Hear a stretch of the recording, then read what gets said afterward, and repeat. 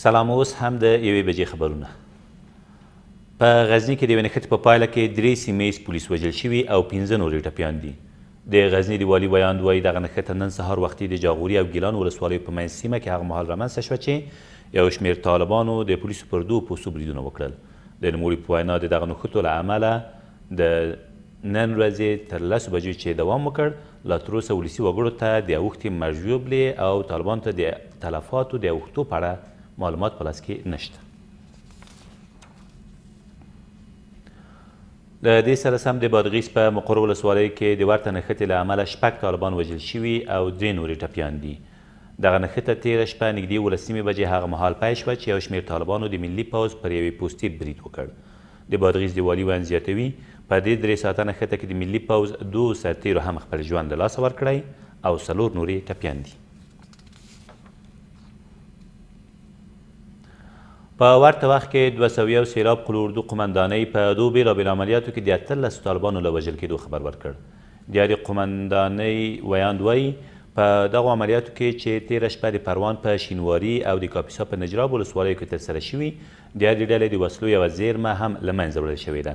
له دې سره سم د کونړ په وټپور ولسوالۍ کې د بهرنیو ځواکونو په هوایي عملیاتو کې یو داعشي هم وژل شوی دی. په سیاسي چارو کې د ولسمشر ځانګړی استازی او د سولې عالي شورا د دارالانشا مشر محمد اکرم خپلواک نن له خپلو دندو راس په سر شو. ښاغلي خپلواک په خپله ټویټر پاڼه کې لیکلي چې خپله استعفا یې نن سهار د کابینې په ناسته کې ولسمشر ته وړاندې کړې او ولسمشر هم منلې ده. نوموړي په خپله استعفا پاڼه کې د دغه کار د لامل په اړه څه نه دي ویلي. د امریکا بهرنیو چارو وزارت وایي چابهار بندر پر ایران د امریکا په بندیزونو کې شامل نه دی. د ایران چابهار بندر چې د پراختیا کار یې پر اوسه کال د ایران، هند او افغانستان له لوري پیل شو، په سیمه کې ارتباطي پل ګڼل کیږي.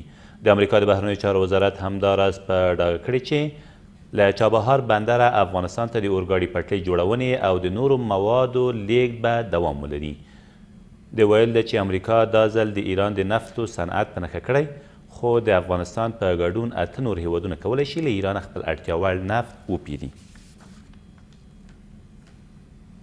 او په کابل کې د ملګرو ملتونو استازولي یا یوناما وایي د افغانستان د پارلماني ټاکنو په درشل کې 50 کسان وژل شوي دي. دغې ادارې په یو تازه راپور کې چې د 2018 کال د ټاکنو تاوتریخوالي تر نامه لاندې 13 ورځ خپور کړی، همداراز ویلي چې په دې لړ کې 309 نور کسان ټپیان شوي دي.